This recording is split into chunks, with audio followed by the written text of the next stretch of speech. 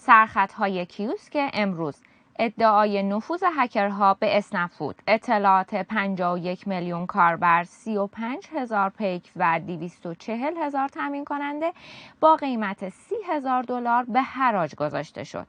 سکانس دوم از قائله اینترنت: متهمان گرانی تعرفه اینترنت در هر روزنامه یک گروه شد.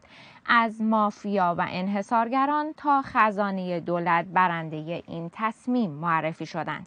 کنایه جمهوری اسلامی به ابراهیم رئیسی: ادعای شما درباره شکست پروژه انزوا در سفره مردم دیده نمیشه.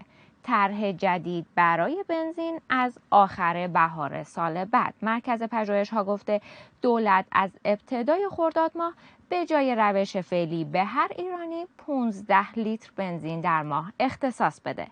عکسای عجیب و غریب از غیبت برف در کوههای ایرانی. روزنامه‌ها پرسیدن چه خبره؟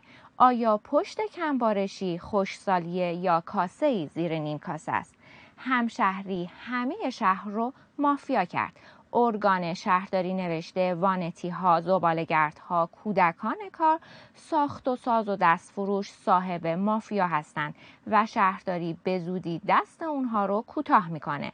مزایده ملکی آستان قدس: 47 ملک آستان قدس در مشهد با ارزش بیش از 700 میلیارد تومان به فروش میرسه. قیمت این املاک برای هر متر مربع متوسط 37 میلیون تومان اعلام شده. سلام، من بهشاد بهرامی هستم. خوش اومدید به کیوسک امروز 10 دی ماه که مرور بر سرخطهای مهم خبری و عناوین صفحات نخست روزنامه‌های امروز داره. مشروع کیوسک امروز رو با ادعای یک گروه هکری در بامداد امروز شروع می‌کنم. گروه هکری IR-Leaks که قبلا تپسی رو هک کرده بود، مدعی هک اطلاعات اسنپ فود شده. این گروه هکری اطلاعیه‌ای در کانال تلگرامی خودش منتشر کرده و ادعا کرده که اطلاعات بیش از 51 میلیون کاربر، 35,000 پیک و 240,000 تامین کننده رو در اختیار داره. این گروه قیمت فروش این حجم از اطلاعات رو $30,000 اعلام کرده. طبق این اطلاعیه آدرس، موقعیت، شماره تلفن و ذائقه کاربران اکنون در اختیار هکرها قرار داره. این گروه در هک تپسی قیمت فروش اطلاعات رو $35,000 عنوان کرده بود و در اطلاعیه خودش برای تیم امنیتی اسنپ که بعد از هک تپسی مسابقه کشف باگ گذاشته بود رجز خونده بود. در برنامه کشف باگ اسنپ تا 150 میلیون تومان برای شناسایی و معرفی باگ‌های امنیتی این اپلیکیشن جایزه تعیین شده بود. اطلاعیه این گروه با واکنش‌های زیادی در همین ابتدای وقت امروز در فضای مجازی همراه بود و بسیاری با راستی آزمایی اطلاعات سمپل این گروه تصور می‌کردند که هک رخ داده، اما باید منتظر بود و دید که تیم اسنپ بعد از بیداری امروزشون چه واکنشی به این خبر نشون میدن. بریم سراغ مرور صفحات نخست روزنامه‌های امروز. در صفحه نخست روزنامه‌ها بحث افزایش تعرفه‌های اینترنت کماکان داغه. روزنامه‌های سازندگی، جوان و فرهیختگان کماکان در خصوص این موضوع مطلب دارند. سازندگی برنده گرونی اینترنت رو مافیای پشت پرده نامیده. جوان انگشت اتهام رو متوجه حلقه انحصار کرده و روزنامه فرهیختگان هم نوشته خزانه دولت از گرونی اینترنت سود قابل توجهی رو میبره. اما وضعیت بارش ها هم به یکی از دغدغه‌های سردبیران روزنامه ها تبدیل شده. هفته صبح عکسی وایرال شده از کوه دماوند رو چاپ کرده که نشون میده در زمستان ضلع جنوبی قله این کوه از برف خالیه.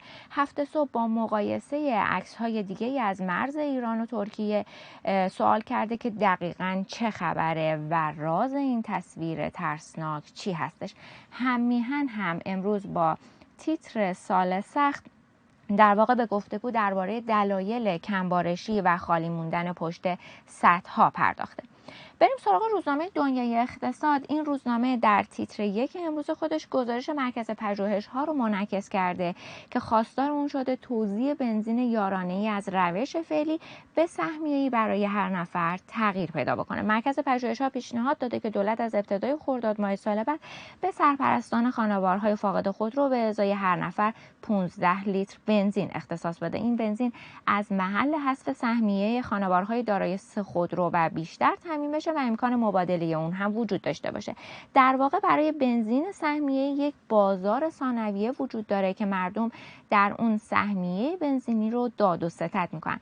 مرکز پژوهش‌ها تاکید کرده که در واقع در شروع این اقدام قیمت بنزین در هیچ یک از نرخ‌های سهمیه‌ای و آزاد افزایش پیدا نکنه. طبق این پیشنهاد دولت موظفه که سهمیه سابق رو برای حداکثر 2 خودروی سواری در خانوارهای دارای خودرو و نیز سایر سهمیه‌ها شامل خودروهای عمومی، وانتبار و موتورسیکلت‌ها حفظ بکنه.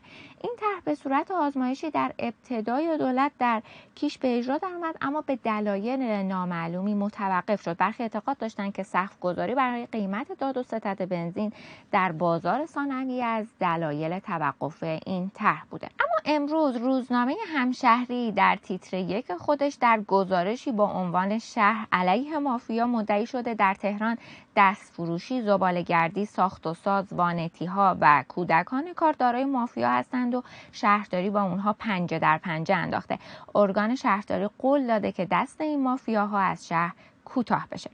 روزنامه جمهوری اسلامی هم امروز در سرمقاله خودش با اشاره به صحبت‌های ابراهیم رئیسی که درباره شکست پروژه انزوا علیه ایران در دولت اون بوده نوشته اصل این هدف ارزشمنده، اما راهش اینه که اثر عضویت در پیمانها در سفره مردم هم دیده بشه. جمهوری اسلامی خطاب به رئیسی گفته سخنرانی‌های یک طرفه در مجامعی که دیگران امکان سخن و بیان مشکلات رو ندارن اقدامی شعاری و تبلیغاتیه و اگر در همین سخنرانی که در قم ایراد شد به حاضران فرصت میدادید به شما میگفتند که کمر مردم زیر مشکلات خم شده. اما امروز روزنامه خراسان هم در نیمتای پایینی خودش آگهی مزایده 47 ملک آستان قدس در مشهد رو چاپ کرده. ارزش فروش این املاک در حدود 700 میلیارد تومانه و مساحت اون بیش از 18,000 متر مربع. متوسط قیمت فروش هر متر از این املاک هم بیش از 37 میلیون تومان اعلام شده. از اینکه همراه ما در کیوسک امروز بودین سپاسگزارم. روز خوبی رو براتون آرزو میکنم. پیروز باشید.